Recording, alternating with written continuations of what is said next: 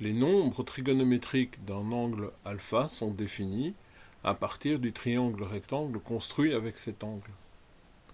Nous pouvons définir sur ce triangle rectangle le côté adjacent à l'angle, le côté opposé à l'angle et l'hypoténuse.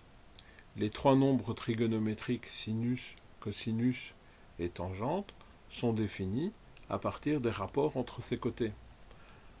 Un mot mnémotechnique nous aide à retenir ces trois définitions. Dans le cas particulier où la longueur de l'hypoténuse est prise égale à 1, la longueur du côté opposé, en utilisant la première définition, devient le sinus de l'angle. Toujours dans l'hypothèse où l'hypoténuse est égale à 1, la longueur du côté adjacent est le cosinus de l'angle.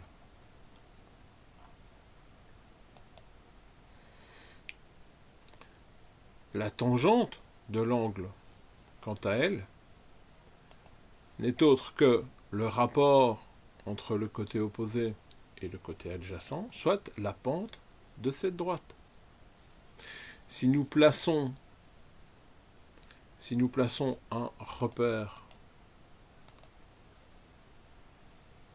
orthonormé, nous pouvons voir que les coordonnées de ce point P sont d'une part le cosinus alpha pour l'ordonnée et le sinus de alpha pour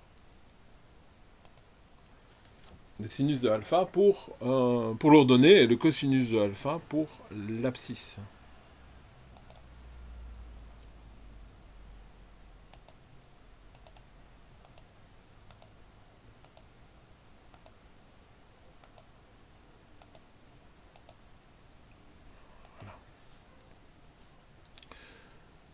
La tangente, quant à elle, peut être visualisée comme étant la pente de cette droite, la quantité de progression en ordonnée pour une progression en abscisse égale à 1. Cette longueur est donc la pente de cette droite et la tangente de l'angle alpha.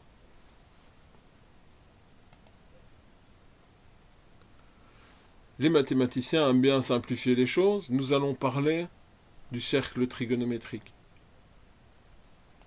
Le cercle trigonométrique est un cercle de centre O et de rayon 1. Le voici. Et donc le point P se situe sur ce cercle. En utilisant ce cercle trigonométrique, nous pouvons visualiser la progression des différents nombres trigonométriques en fonction de la variation de l'angle.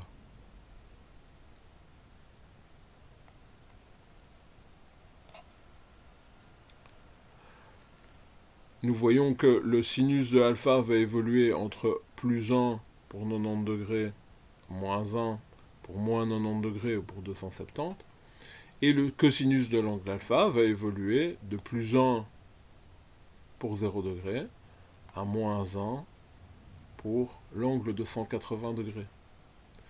Les degrés ne sont pas la seule manière de mesurer les angles. Le radian, lui, est souvent préféré par les mathématiciens.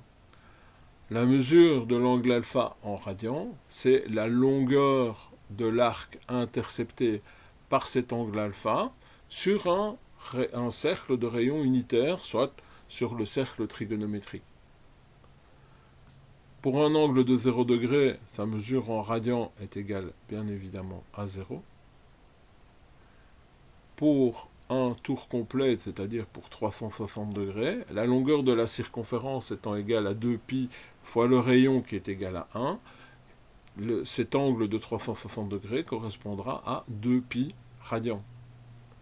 Un angle de 90 degrés correspondra à π sur 2 radians, un angle de 180 à π radians, 270 à 3π demi radians.